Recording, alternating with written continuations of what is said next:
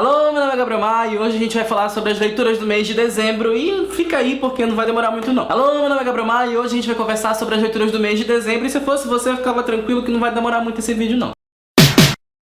Então, dezembro é o mês de finalização, é o mês em que a gente reflete muito e foi o mês em que eu tirei pra programar muita coisa pro canal. É um dos poucos meses em que eu tenho alguns dias livres, que eu não preciso trabalhar de manhã e acabou que esse planejamento, todas as coisas que eu estava fazendo tomaram muito do meu tempo e aí tempo pra ler foi um negócio muito difícil. Quando eu comecei a ler eu demorei, aquele negócio, né, ressaca, essas coisas chatas. E aí eu terminei dezembro com 2 HQs, um livro físico e um audiobook lidos. E aí, vamos conversar. Em dezembro eu fiz a meta pra mim de que eu ia ler vários autores que eu tinha dito que eu não ia ler. Uma dessas autoras era a Sophie Kinsella. E aí eu tava me preparando pra ler a Sophie Kinsella em 2016 e comprei o audiobook da Procura de Audrey. Isso foi no começo de dezembro, eu provavelmente leria isso em janeiro, só que aí eu fiquei sem ler nada e ouvir era uma das poucas coisas que eu conseguia fazer. E a Procura de Audrey acabou sendo o primeiro livro que eu li esse mês. E então, coisas a falar sobre Sophie Kinsella. Ela realmente é uma autora engraçada e ela trabalha muito com coisas que são engraçadas na base do dia a dia, na base do comum. A sensação que eu tinha quando eu tava lendo o livro é que ela tava fazendo várias internas pra mim e que eu de algum jeito milagroso estava entendendo tudo. De longe, a parte mais legal pra mim foi a história da Audrey. A Audrey é uma menina que tem fobia social, então ela não consegue se dar muito bem com outras pessoas. Eu sempre adoro esses personagens porque eu me identifico. E aí quando o livro começa a gente sabe que rolou algum evento na escola dela, que ela teve que sair da escola e agora tá sendo transferida e por enquanto ela está só em casa. E uma coisa muito legal que ela colocou na voz da Audrey é que a Audrey sabe, ela tem consciência de que ela não devia estar levando tão a sério as coisas que ela leva a sério, mas ela simplesmente não consegue. E isso é muito legal porque isso faz as pessoas deixarem de achar que esse tipo de situação é frescura ou leseira. Isso é pra ser levado a sério, precisa ser tratado, precisa ser cuidado, precisa ser muito respeitado. E como a Sophie Kinsella conseguiu equilibrar isso com uma dose bacana de humor, eu acho que acabou tirando um pouco do peso dramático e acabou transformando isso numa história real, numa história plausível, numa história normal, numa história em que muitas pessoas podem conseguir se identificar. Achei bem legal, achei bem bacana, mas confesso que esse livro só deu certo pra mim porque a gente tem esse equilíbrio das duas coisas. Não sei como eu vou reagir perante outros livros da autora, mas esse pra mim tá assim,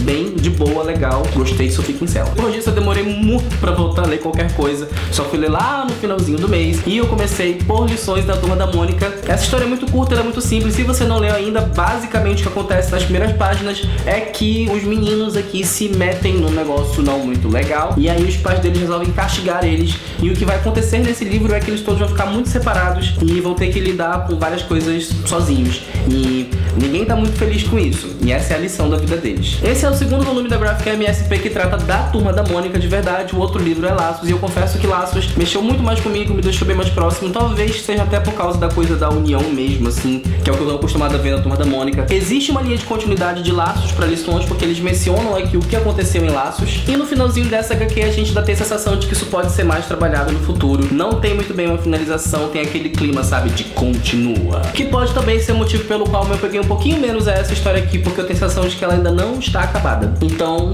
né, vamos ver o que vem por aí. Mas é bem legal. A arte tá um pouquinho diferente do que a gente viu em Laços, mas assim, bem pouquinho detalhes. Só se você for muito chato, você vai perceber, tipo eu. Bem legal, bem bacana, você poderia ler, leiam. Mas agora eu tô curioso pra saber o que vocês leram esse mês também. Coloca aqui embaixo nos comentários ou manda um tweet pra mim com o nome do seu livro favorito de dezembro. Minhas redes sociais estão todas aqui embaixo, é só me seguir, me adicionar, me acompanhar, papapá. E aí outra HQ que eu li esse mês foi o Vampiro Americano do Scott Snyder, do Stephen King e também do Rafael Albuquerque, que é o cara que faz essas ilustrações maravilhosas. E ele vai contar a história dessa nova legião de vampiros que estão surgindo. Vampiros vieram da Europa, chegaram nas Américas e aqui o vírus dos vampiros sofreu uma mutação e agora vampiros são pessoas muito mais legais do que eles eram quando eles eram europeus. Eles andam no sol, os dentes deles são muito maiores, eles são muito mais perigosos e pelo que eu entendi a única fraqueza deles é a lua nova. Mas tudo isso que eu estou contando pra vocês não é nada dessa história. De verdade é muito bacana. A intenção dessa série é acompanhar a evolução da América pelos olhos do vampiro americano e parece que vai ser uma coisa muito bacana, muito interessante. Nesse volume a gente acompanha um lapso de tempo de 1880 a 1925, mas a gente vai ver muito mais coisa ainda, tá bem bacana, tá bem legal, quero continuar lendo a história. E o último livro que eu li esse ano foi na passagem do dia 31 para o dia 1º e foi Lírio Azul, Azul Lírio, o último livro publicado da saga dos Corvos. Difícil falar de livro de continuação de série sem falar nenhum spoiler, mas enfim, o que vocês precisam saber, neste livro a gente tem uma evolução muito maior do protagonista, ela assume o lugar de protagonista, é muito legal ver ela fazendo isso. Tem uma evolução muito clara na relação dos personagens, tudo tá ficando mais maduro, tudo tá ficando mais denso. A Meg Stivari apresenta alguns personagens novos nesse livro que também são bem interessantes de ver. Tem algumas novas dinâmicas de relação que a gente meio que era previsível, meio que não era previsível. Enfim, vocês vão entender se vocês lerem. E principalmente esse livro aqui é uma base porque vai acontecer ainda em The Raven King, que deve ser traduzido para O Rei Corvo aqui no Brasil. A gente tem pegadas de magia muito mais explícitas e também muito mais míticas e mágicas e enfim. Tem cenas que são muito bonitas de imaginar, como sempre, a escrita da Meg Stivari faz isso com a gente. Enfim, foi de longe a minha série favorita de 2015 e eu já estava esperando gostar desse livro, o que na verdade é um problema, porque eu tenho expectativas muito altas agora pro quarto livro. Os protagonistas estão todos muito entrelaçados agora, todos eles estão entendendo quem eles são no grupo, quem eles são nessa história toda, enfim, tá